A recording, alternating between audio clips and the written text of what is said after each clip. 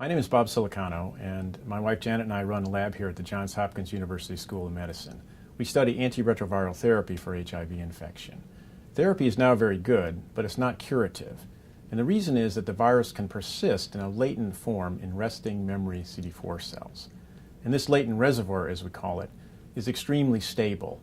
So when patients interrupt therapy, virus can emerge from this reservoir and disease progression will continue.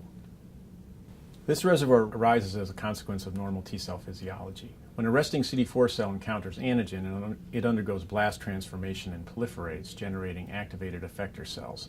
Most of these die at the conclusion of the immune response, but a small fraction survive and revert back to a resting state as long-lived memory T cells. These cells allow future responses to the same antigen. HIV preferentially infects activated cells and tends to kill them very quickly. But on rare occasions, it can infect an activated cell as it's transitioning back to a resting state, which is non-permissive for HIV gene expression. This results in a stably integrated but transcriptionally silent form of the virus in a long-lived memory T cell. And if this cell becomes activated again in the future, it can begin to produce virus. There's now intense interest in these latently infected cells because they represent a major barrier to curing the infection. Unfortunately, they're very difficult to study because they're rare. Generally, only about 1 cell in a million harbors latent HIV. And because the virus is latent, these cells are indistinguishable from uninfected cells. So how do we study these cells?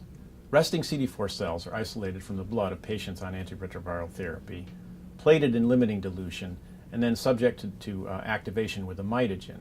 T-cell activation reverses latency, and wells that contain a latently infected cell will come to have a free virus in the supernatant. Interestingly, the frequency of latently infected cells detected with this virus outgrowth assay is about 2 logs lower than the frequency of infected cells detectable by PCR. And the discrepancy between these two assays for the latent reservoir has never been explained and is the subject of a study by Yachi Ho, which is described in this paper. So we characterized proviruses from culture wells that were inactive for viral outgrowth. Although these non-induced proviruses failed to produce replicating virus after 1 round of maximum T-cell activation in vitro, it was not clear whether they could be reactivated in vivo. Therefore, we carried out full-length single genome sequence analysis of large number of viral clones from patients. We found that about 1/3 of the non-induced proviruses were lethally hypermutated by the host enzyme ApoBac3G, while about half contained large internal deletions and other defects. None of these proviruses are replication competent. However, about 12% were intact at primary sequence level. We reconstructed these intact non-induced proviruses and showed that they could give rise to replication competent virus if induced in vitro.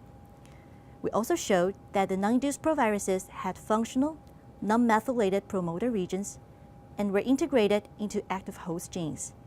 Therefore, it appears that these non-induced proviruses have the potential to become induced in vivo. This slide illustrates the size of the latent reservoir in different patients.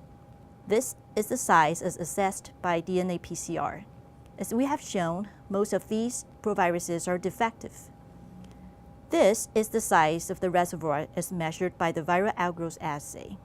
However, if we consider the intact non-induced proviruses, the actual size of the reservoir is much larger. This work provides us with a better understanding of the true size of the latent reservoir.